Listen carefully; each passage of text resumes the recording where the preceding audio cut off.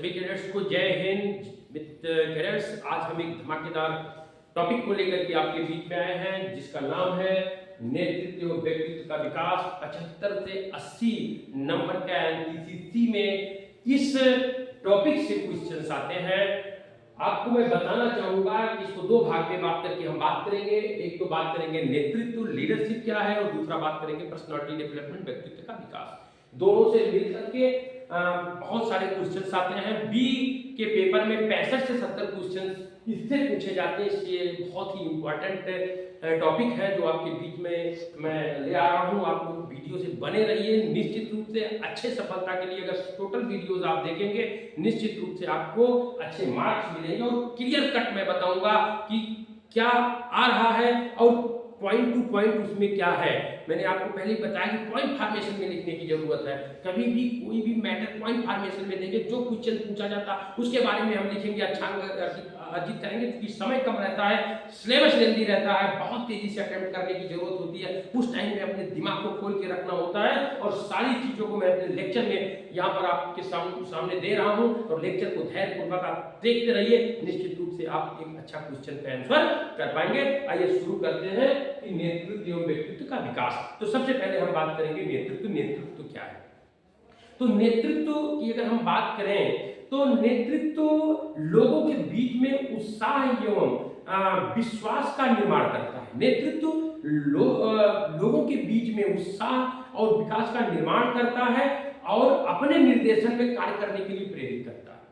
सबसे बड़ी बात, नेतृत्व लोगों के बीच उत्साह का विकास करता है और अपने मार्गदर्शन में कार्य करने के लिए प्रेरित करता है। ये लीडरशिप हो गया। तो हम कह सकते हैं, जैसे अगर एग्जाम्पल की बात करें, कोई मुखिया की बात करें, ग्राम प्रधान की बात करें, टीम लीडर की, कैप्टन की बात करें, टीम लीडर्स की बात करें जो नेतृत्व करता है, उसकी बात करें तो वो सारी चीज यहाँ पर हमको, टीम कैप्टन की बात करें तो वो हम यहाँ पर लक्षित होते हैं। तो हम फिर उसको सरल शब्द में कह सकते हैं, किसी साझा उद्देश्य की प्राप्ति के लिए, किसी साझा उद्देश्य की प्राप्ति के लिए लोगों को एकत्र करने की व्यक्तिगत क्षमता और संकल्प शक्ति को नेतृत्व कहते हैं। किसी साझा उद्देश्य की प्राप्ति करने के लिए व्यक्ति का व्यक्तिगत क्षमता एवं संकल्प शक्ति को क्या कहते हैं? नेतृत्व कहते हैं। तो क्लियर कट इसको रखिएगा कि नेतृत्व किसे कहते हैं। अब बात हम करेंगे नेतृत्व। तो नेतृत्व के 3 प्रकार होते हैं। पहले तो मैं नेतृत्व की बात किया, नेतृत्व के वो 3 कौन प्रकार है। अगर ये आता है कि नेतृत्व के 3 प्रकार के बारे में लिखिए तो आप लिखिएगा, पहला नेतृत्व निरंकुश शैली है, दूसरा नेतृत्व लोकतांत्रिक नेतृत्व शैली है और तीसरा हस्तक्षेप नेतृत्व शैली। आइए हम ब्लैक बोर्ड के माध्यम से आपको इसमें क्या करते हैं, पॉइंट करते हैं। तो पहला शैली जो होता है वो निरंकुश नेतृत्व शैली है, जिसको अंग्रेजी में ऑटोक्रेटिक स्टाइल लीडरशिप कहते हैं, और दूसरा है लोकतांत्रिक नेतृत्व शैली, जिसको हम डेमोक्रेटिक लीडरशिप कहते हैं, और तीसरा है हस्तक्षेप नेतृत्व शैली, जिसे हम लोग लेजिस्लेटिव फेयर लीडरशिप कहते हैं। ये 3 प्रकार है। ये तीनों प्रकार के बारे में हम थोड़ा सा जानकारी करें और आपको इसका एग्जांपल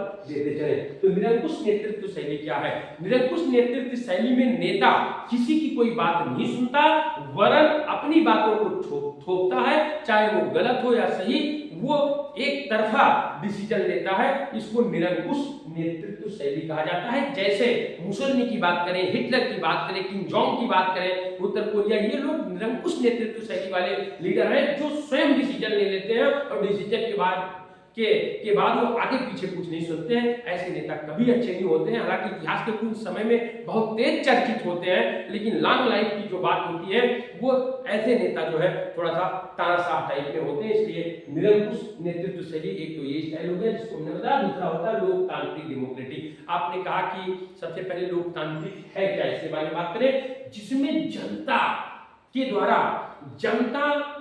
द्वारा बनाया गया कोई नियम जिसके सहमति से नेता आगे बढ़े और कार्य करे। जैसे अब्राहम लिंकन ने अपनी परिभाषा में कहा था कि जनता के लिए जनता द्वारा किया गया शासन लोकतंत्र कहलाता है या जनतंत्र कहलाता है। तो लोकतंत्र को जनतंत्र, प्रजातंत्र दोनों कहते हैं। जनता के लिए जनता द्वारा किया गया शासन लोकतंत्र कहलाता है। तो अर्थात ऐसे नेता जो होते हैं वो समूह से राय मशविरा करके, सलाह करके अपने कार्य को आगे बढ़ाते हैं, अपने डिसीजन को लेते हैं और वो कभी गलत साबित नहीं होते, वो बहुत लोकप्रिय होते हैं। क्योंकि पूरा विश्व जो है अगर किसी चीज की मान्यता दे रहे तो लोकतांत्रिक का मान्यता दे रही। जैसे भारत को अभी पूरे विश्व में एक मजबूत लोकतंत्र वाला देश माना जाता है और इसकी अपनी साख है। और अभी आप देखिए पाकिस्तान की बात करें, 1947 में पाकिस्तान भी आजाद हुआ था, 1947 में भारत भी आजाद हुआ था। भारत 1947 से लेकर के आज तक एक भी सैन्य शासन तख्ता पलट नहीं हुआ, प्रजातंत्र दिन ब दिन मजबूत होती चली गई। लेकिन वहीं अभी पाकिस्तान की बात करिए तो 2-3 बार सैन्य तक अलट पलट चुका है, सेना कानून लागू हो चुका है, तो प्रजातंत्र वहां पर मजबूत आज भी नहीं है। किसी प्रधानमंत्री के ऊपर कोई मुकदमा चला दिया जाता और कुछ कर दिया जाता तो सेना उसको हस्तक्षेप किए रहती है। तो कहने का अभिप्राय मेरा है कि लोकतांत्रिक, भारत एक लोकतांत्रिक देश है और ये जो है लोकतंत्र, यहाँ पर जो लीडरशिप क्वालिटीज है वो सभी समूहों के राय मशविरा से आगे बढ़ती है। ये नंबर 2 आपका लोकतांत्रिक लीडरशिप क्वालिटी हो गया। तीसरी बात अगर हम कह रहे हैं तो हस्तक्षेप नेतृत्व शैली, लेजिस्लेटिव फेयर लीडरशिप, अर्थात इसमें जो नेता होता है, जो समूह का मुखिया होता है, वो किसी दूसरे के हाथ में अपनी शक्ति को दे देता है और उसके मार्फत करवाता, फिर उसमें हस्तक्षेप नहीं करता, उसको बोलते हैं हस्तक्षेप नेतृत्व शैली। तो तीनों नेतृत्व शैली हम आपके समूह यहाँ पर प्रस्तुत कर दिए। नंबर 1 निरंकुश नेतृत्व शैली, नंबर 2 लोकतांत्रिक नेतृत्व शैली और नंबर 3 हस्तक्षेप नेतृत्व शैली। एक बार मैं फिर आपको यहाँ पर बताना चाहूंगा कि जो क्वेश्चन आपसे पूछे जाते हैं कि नेतृत्व शैली क्या है, कि उनके प्रकार क्या है, कौन कौन से प्रकार है, तो आप लिखेंगे कि किसी साझा उद्देश्य की प्राप्ति के लिए लोगों को एकत्र करने की व्यक्तिगत क्षमता एवं संकल्प शक्ति को नेतृत्व कहा जाता है। एक तो आप ऐसे लिख सकते हैं, दूसरा लिख सकते हैं कि नेतृत्व लोगों के बीच उत्साह एवं विश्वास का निर्माण करता है जो उसके निर्देशन में कार्य करने के लिए प्रेरित होते हैं। जैसे ग्राम प्रधान, मुखिया या आपका कैप्टन या टीम का कैप्टन, उसके निर्देशन में सारे लोग खेल को खेलते हैं, तो वो उसके लीडरशिप अपनी एक क्वालिटी होती है। फिर आप लिखेंगे कि नेतृत्व 3 प्रकार का होता है, निरंकुश नेतृत्व शैली, लोकतांत्रिक नेतृत्व शैली और हस्तक्षेप नेतृत्व शैली। ऑटोक्रेटिक अंग्रेजी में बोलेंगे पहले वाले, तो दूसरे को डेमोक्रेटिक बोलेंगे और तीसरे को बोलेंगे लेजिस्लेटिव फेयर लीडरशिप। ये लिखना और उसकी आगे मैंने बता दिया, एक एक लाइन आपको लिख देना है, पूरा नंबर मिलता है। आपको पॉइंट फॉर्मेशन में लिखना है, ये ध्यान दीजिएगा, कहानी नहीं लिखना है, पॉइंट फॉर्मेशन में लिखना है, सभी क्वेश्चन को करना है। तो आपको मैं इसमें क्लियर करता चल रहा हूं। अब हम बात करेंगे लीडरशिप क्या है। तो लीडरशिप 10 अक्षरों से मिलकर के बना है, LEADER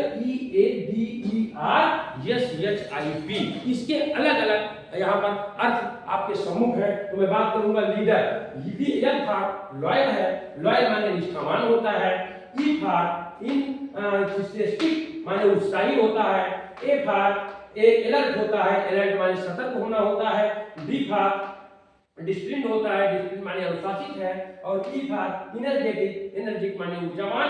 5 लेटर ये हो गए। 5 में आर माने रिलायबल, रिलायबल माने विश्वसनीय हो गया।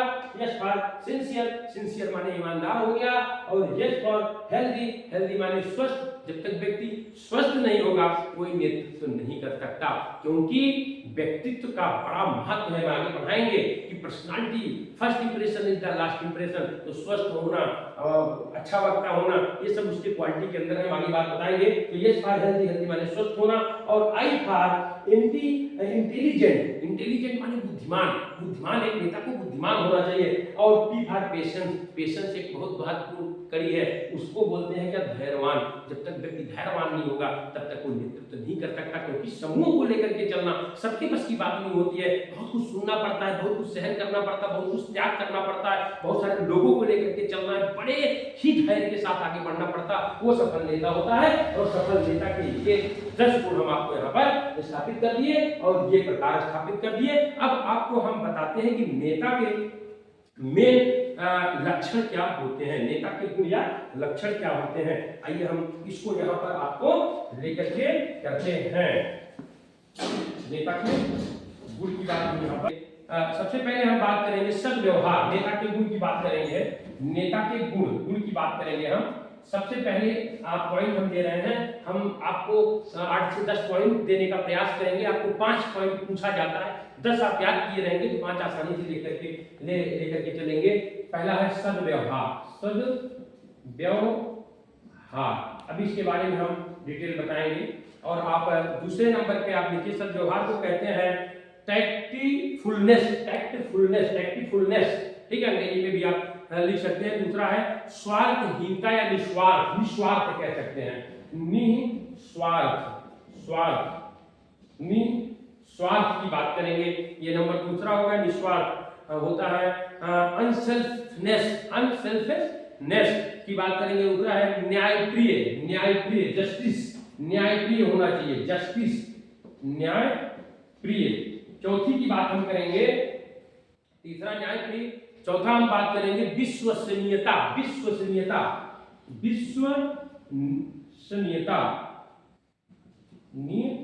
की बात हम यहाँ करेंगे। पांचवें जो यहाँ पर है उसकी बात हम करेंगे, सत्यवादी होना चाहिए, सत्यवादी, सही बोलने वाला होना चाहिए, सत्यवादी। और छठी की हम बात करेंगे, सत्यवादी में छठे की बात करेंगे साहसी होना चाहिए, साहसी। और सातवां सहनशीलता उसके अंदर होना चाहिए, सहनशीलता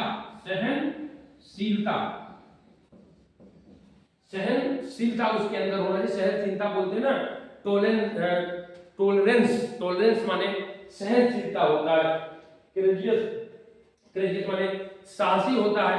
इसी प्रकार से निर्णय क्षमता, जजमेंट। सातवां हो गया। ये आठवीं की बात हम इधर लिख देते हैं, आठवां हो जाएगा न्यायप्रिय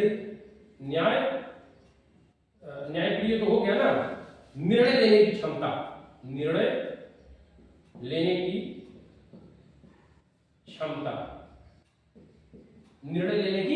क्षमता, ये आठवां पॉइंट हो गया। नौवां पॉइंट की जो हम बात करेंगे वो हो जाएगा उत्साही होना चाहिए, नौवां उत्साही होना चाहिए। और 10वीं की बात हम करेंगे निर्णायक क्षमता, सत्यनिष्ठा, निर्णायक क्षमता होनी चाहिए, निर्णायक क्षमता। 11वां पॉइंट भी हम आपको देना चाहेंगे, होता है कि सत्यनिष्ठा होना चाहिए, सत्यनिष्ठा। ये हम 11 पॉइंट आपको दे दिए हैं। एक क्वेश्चन में पूछे जाते हैं नेता के लक्षण क्या हैं, नेता के गुण क्या हैं, तो आप इसको यहाँ पर देंगे। सबसे पहले सद्व्यवहार की अगर हम यहाँ पर बात करेंगे तो नेता का व्यवहार अपने प्रशंसक और आलोचक दोनों को ध्यान में रख करके अपने व्यवहार को रखना चाहिए, यानी सदा सद्व्यवहारी होना चाहिए। क्योंकि ग्रुप में प्रशंसक भी होते हैं, आलोचक भी होते हैं, सबको लेकर के चलना होता है और लोगों पर विश्वास बनाना होता है, इसलिए उसको का व्यवहार सद्व्यवहार होना चाहिए।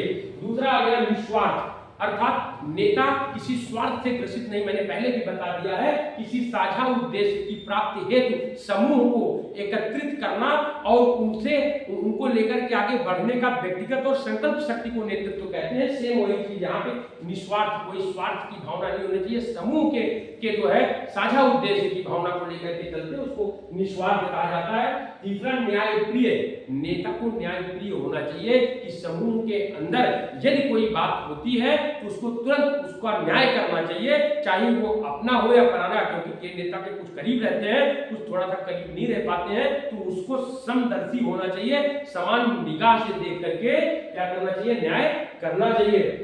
नंबर चौथा विश्वसनीयता। अच्छे नेता को विश्वसनीय होना चाहिए, अर्थात समूह के प्रति विश्वास, लोगों का विश्वास। हालांकि नेता का गुण ही है कि तभी वो नेतृत्व कर पाएगा जब लोगों को उसका लोगों के ऊपर विश्वास रहेगा, अर्थात वो विश्वास कायम करना है कि हम आपके लिए काम कर रहे हैं, आप हमारे लिए किसी बात को मान रहे हैं तो हम हमेशा आपके लिए खड़े रहेंगे, तो विश्वसनीयता होनी चाहिए। अगला है पांचवा सत्यवादी, नेता को हमेशा सत्य बोलना चाहिए, झूठ नहीं होना चाहिए। नेता का एक सत्य गुण होना चाहिए कि वो जो भी सामने रहे उसको उसी एट ए टाइम बता दे, अर्थात सत्य चीजों को स्वीकार कर ले। छठा है नेता को साहसी होना चाहिए, डरना नहीं चाहिए। किसी उद्देश्य की प्राप्ति जब आप करेंगे तो बहुत सारी बाधाएं आएंगी, तो निस्वार्थ होकर के साहस से आपको काम करने की आगे जरूरत है। सातवां है सहनशीलता, बहुत बड़ा सहनशीलता है, इतना बड़ा। कहते हैं ना कि एक नेता को सिर पे क्या होना चाहिए, बर्फ का सिल्ली रखना चाहिए।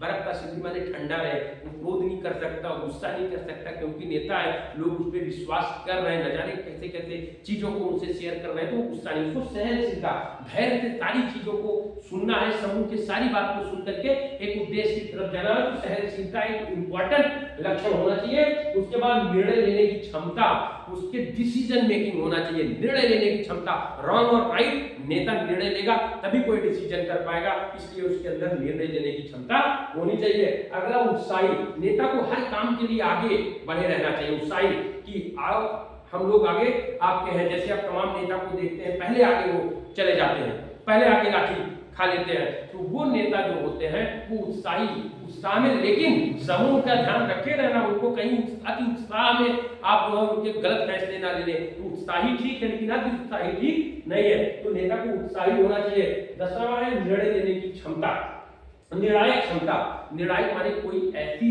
स्थिति आ जाए जिसमें अब हमको निर्णय ले ही लेना है, निर्णय कर ही लेना है, तो तुरंत नेता को डिसीजन लेकर के आगे बढ़ जाना चाहिए, निर्णायक क्षमता उसकी होनी चाहिए। और लास्ट में है सत्यनिष्ठता, अर्थात सत्य से निष्ठा पूर्वक समूह के साथ उसके लिए लगे होना चाहिए, तो नेता का एक गुण सत्यनिष्ठा है। तो हम बात करेंगे, यदि आता है नेता के 10 गुण लिखिए, तो आप लिखेंगे सद्व्यवहार, नंबर 2 निस्वार्थ, नंबर 3 न्यायप्रिय, नंबर 4 विश्वसनीय, नंबर 5 सत्यवादी, नंबर 6 साहसी, नंबर 7 सहनशीलता, नंबर 8 निर्णय लेने की क्षमता, नंबर 9 उत्साही, नंबर 10 निर्णायक क्षमता और नंबर 11 सत्यनिष्ठा। तो ये टॉपिक यहीं पर समाप्त होता है। इससे क्वेश्चन जो आपके बनेंगे कि लीडरशिप क्या है, इसके कितने प्रकार हैं, या एक सफल नेता के क्या गुण हैं, जैसे क्वेश्चन आपका बनता है। आप वीडियो को ध्यानपूर्वक देखेंगे, निश्चित रूप से आपको चीजें क्लियर हो जाएंगी। जय हिंद। तो कैडेट्स, अभी आप अगले हमारे लेक्चर में और सारी चीजों को देखेंगे, तो क्रमवार जैसे हम बताएंगे कि और जो छोटे छोटे क्वेश्चन पूछे जाते हैं, जब हम व्यक्तित्व के विकास में घुसेंगे तो बहुत छोटे छोटे क्वेश्चन 2-2 नंबर के पूछे जाते हैं, ढेर सारे देंगे 2-2 नंबर करके आपसे पूछा, सारा क्वेश्चन बहुत अच्छी तरीके से हम बताएंगे। आप इस YouTube चैनल पे बने रहिए, हमारे हर टॉपिक को देखते रहिए। अभी सुबह 7 बजे और दिन में 12 बजे 2 टॉपिक ऑटोमेटिक शेड्यूल्ड हो जा रहे हैं। अभी हम और टॉपिक इधर बढ़ाएंगे। हमने 5 टॉपिक अपने डिजास्टर मैनेजमेंट पे कर दिया, फिर 2 टॉपिक हमने नेशनल इंटीग्रेशन पे कर दिया, और उसके बाद ये टॉपिक्स हमारे शुरू हैं। तो आप जहां भी रहिए यूट्यूब देखते रहिए। कोई दिक्कत हो तो आप डिस्क्रिप्शन में कमेंट्स करके आप जो है क्लिक करके और वीडियो देख सकते हैं, और हमको कमेंट करके अपने क्वेश्चन पूछ सकते हैं। यदि आपके पास इससे संबंधित कोई क्वेश्चन है वो भी आप कमेंट से हमको पूछ सकते हैं, हम उसका उत्तर देंगे। जय हिंद, जय भारत।